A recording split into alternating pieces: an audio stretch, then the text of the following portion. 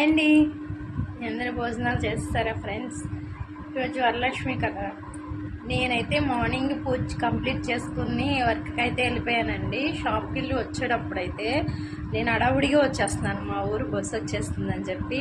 ఒక ఆమె అయితే బయటకు వచ్చి 1:30 అయిపోయిందండి. అప్పటికే 1:30కి మా ఊరు బస్సు ఉందనమాట.